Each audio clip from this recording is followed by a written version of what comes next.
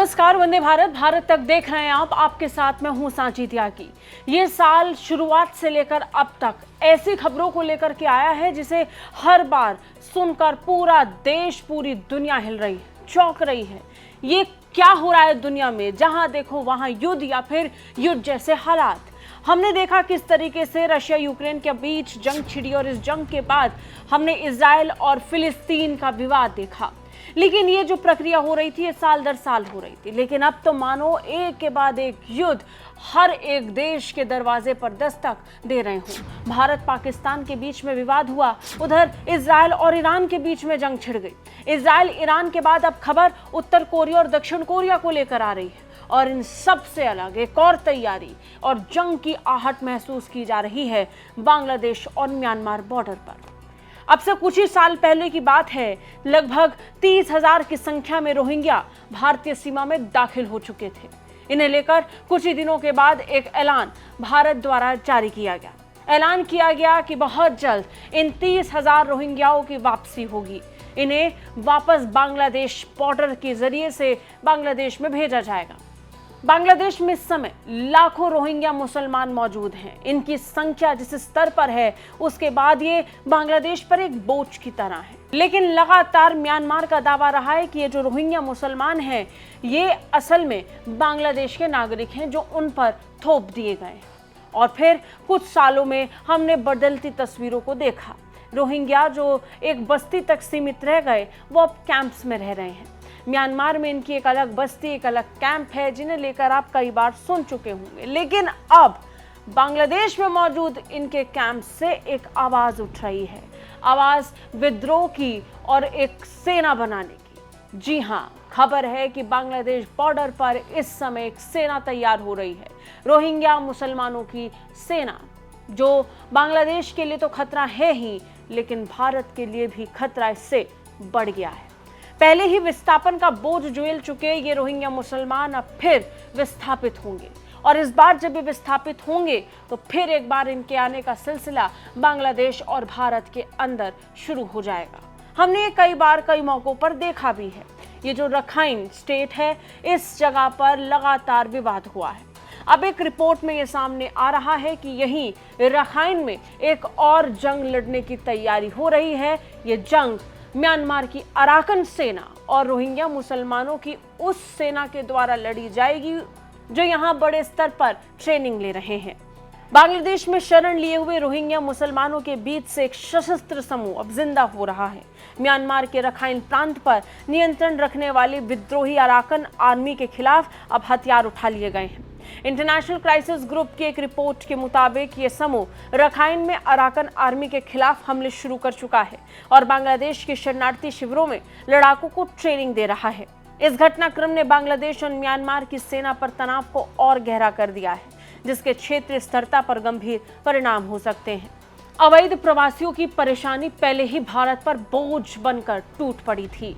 भारत लंबे वक्त से इन अवैध प्रवासियों की निकासी और इन्हें बाहर करने के लिए एक से बढ़कर एक पॉलिसीज लाने और इस पर काम करने की बात भी करती है। हमने इसकी तर्ज पर सीए, एनआरसी, एनपीआर को आते देखा और इसी की तर्ज पर हमने इस देश में ऐसे विरोध प्रदर्शन देखे जिन्होंने पूरे देश में अलग अलग जगह, अलग अलग इलाकों में आग लगा दी। ये प्रदर्शन हिंसक हो चुके थे। अब फिर एक बार अवैध प्रवासियों की घुसपैठ का जो सिलसिला है वो बढ़ने वाला है। अब आप ये अंदाजा लगाइए कि अवैध प्रवासियों की परेशानी कितनी गहरी है। ये अवैध प्रवासी, चाहे हम रोहिंग्या मुसलमानों का ही जिक्र क्यों ना कर लें, ये रोहिंग्या मुसलमान म्यांमार के रखाइन प्रांत से निकलकर बांग्लादेश में घुसपैठ करते हैं और बांग्लादेश से आगे बढ़ते बढ़ते ये बांग्लादेश बॉर्डर को क्रॉस कर भारतीय सीमा में दाखिल होते हैं। अब जब ये भारतीय सीमा में दाखिल होते हैं और बांग्लादेश बॉर्डर से इनकी एंट्री होती है, हम कल्पना कर सकते हैं नॉर्थ ईस्ट या फिर बंगाल तक इन्हें सीमित होना चाहिए, लेकिन ऐसा नहीं होता। इनकी संख्या धीरे धीरे देश के अलग अलग हिस्सों में बढ़ती जाती है।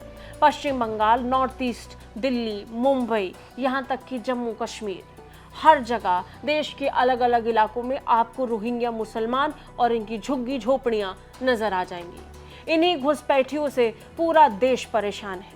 इन्हीं इलीगल इमिग्रेंट्स की वजह से देश पर भारी बोझ और संकट पड़ रहा है।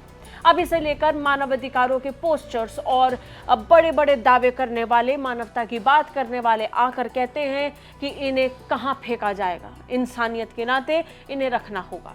इसमें सबसे आगे कैंपेनिंग करने वालों में संयुक्त राष्ट्र होता है। हम सबने देखा है संयुक्त राष्ट्र किस तरीके से कैंपेनिंग करते हैं। अब बार बार भारत पर बोझ पड़ता रहा कि नैतिकता के आधार पर भारत को रोहिंग्या मुसलमानों को देश से बाहर नहीं करना चाहिए।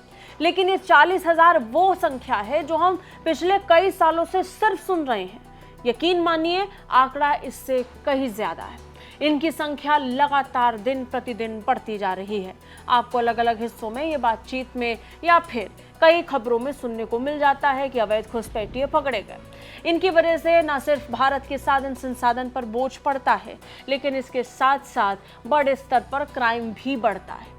ये तो देश की परेशानी हुई, लेकिन सबसे बड़ी बात ये कि रोहिंग्या मुसलमान भारत में क्यों घुस रहे हैं, इनकी परेशानी क्या है, और इससे भी सबसे बड़ा सवाल ये कि आखिर क्यों ये रोहिंग्या मुसलमान अब हथियार उठाने के लिए, अपनी सेना बनाने के लिए मजबूर हो चुके हैं। आपको इसके लिए थोड़ा पीछे जाना पड़ेगा। सबसे पहले जानते हैं ये रोहिंग्या हैं कौन। रोहिंग्या एक इंडो आर्यन मुस्लिम अल्पसंख्यक समुदाय बताए जाते हैं जो म्यांमार के रखाइन प्रांत में सदियों से रहता आया है।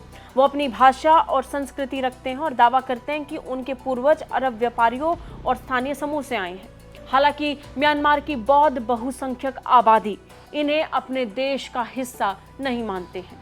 म्यांमार इस बात को नहीं स्वीकार करते हैं कि रोहिंग्या उनके देश के हिस्से के रूप में पहचाने जाएं। वो ये कहते हैं कि रोहिंग्या तो बांग्लादेश के हैं, उन पर इन्हें थोप दिया गया है। म्यांमार की बौद्ध बहुसंख्यक आबादी और सरकार उन्हें अक्सर अवैध बांग्लादेशी प्रवासी मानती है, जबकि बांग्लादेश भी उन्हें अपना नागरिक नहीं मानता। यही कारण है कि रोहिंग्या स्टेटलेस हो चुके हैं, मतलब इनके पास किसी एक देश में रहने का कोई अधिकार नहीं। नतीजन विस्थापन। 1982 के म्यांमार राष्ट्रीयता कानून ने रोहिंग्या को नागरिकता से ही पूरी तरह वंचित कर दिया था, जिससे उन्हें शिक्षा, स्वास्थ्य, नौकरी और आवागमन की स्वतंत्रता जैसे बुनियादी अधिकारों से वंचित होना पड़ा। इस स्थिति की तुलना कुछ विशेषज्ञ दक्षिण अफ्रीका के रंगभेद से भी करते हैं। इस कानून ने उनकी कानूनी पहचान को पूरी तरह खत्म कर दिया, जिससे वो अपने ही देश में पराये से हो गए। और फिर 2012 आता है। 2012 में रखाइन में बौद्धों और रोहिंग्याओं के बीच सांप्रदायिक हिंसा भड़की, जिसमें सैकड़ों लोग मारे गए, लाखों विस्थापित हुए।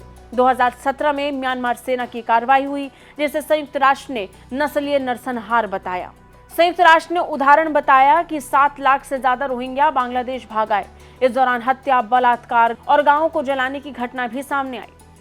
संयुक्त राष्ट्र और मानवाधिकार संगठनों ने म्यांमार की कार्रवाइयों की कई बार निंदा की है। म्यांमार की तत्कालीन प्रधानमंत्री नेता आंग सान सूची की इस मुद्दे पर चुप्पी की भी कई बार आलोचना हुई। बांग्लादेश ने रोहिंग्या शरणार्थियों को शरण दी, लेकिन वहां भी संसाधनों की कमी और स्थानीय तनाव रहा। कुछ रोहिंग्या इस समय बांग्लादेश, भारत के अलावा इंडोनेशिया, मलेशिया और थाईलैंड जैसे देशों की ओर भी पलायन कर चुके हैं, लेकिन वो देश भी इन्हें अस्वीकार करते हैं। और फिर करे भी क्यों ना, आखिर क्यों अवैध प्रवासियों का बोझ कोई भी देश उठाए। अमेरिका जैसा देश अवैध प्रवासियों को अपने देश में रुकने देना नहीं चाहता है। ट्रंप की पॉलिसी पूरी दुनिया के सामने है। अवैध प्रवासियों को लेकर जितनी सख्त कार्रवाई इस समय ट्रंप कर रहे हैं, शायद ही कोई देश उतनी सख्त कार्रवाई कर रहा हो। लेकिन भारत को मानवाधिकारों का पाठ पढ़ाने वाले इस मामले पर बहुत तेजी के साथ आगे आ जाते हैं। खैर, सबसे बड़ा सवाल अब ये है कि जब ये सेना पूरी तरीके से बनकर तैयार होगी और अराकन आर्मी के खिलाफ जंग का ऐलान करेगी, तो परिस्थितियां क्या होंगी।